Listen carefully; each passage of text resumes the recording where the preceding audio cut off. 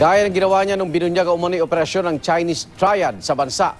Maglalabas ulit si Pangulong Rodrigo Duterte na tinatawag na Matrix o larawan na nagpapakita umano ng kaugnayan ni Senadora Laila de Lima sa kalakaran ng droga sa Bilibid sa Muntinlupa.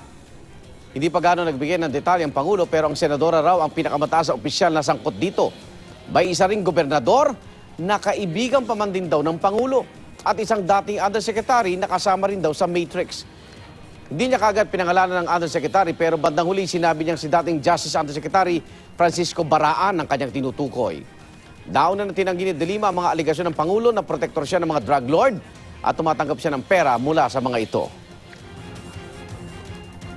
I will show to you maybe this week the matrix, binavalidate ko lang, yung matrix ng Muntinlupa connection.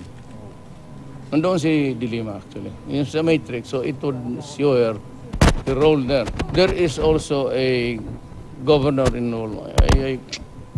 You know, he's my friend, but I could not believe it, but nandyan siya sa sa revelation. There's a governor and an undersecretary. Yung secretary na, sir. Yes.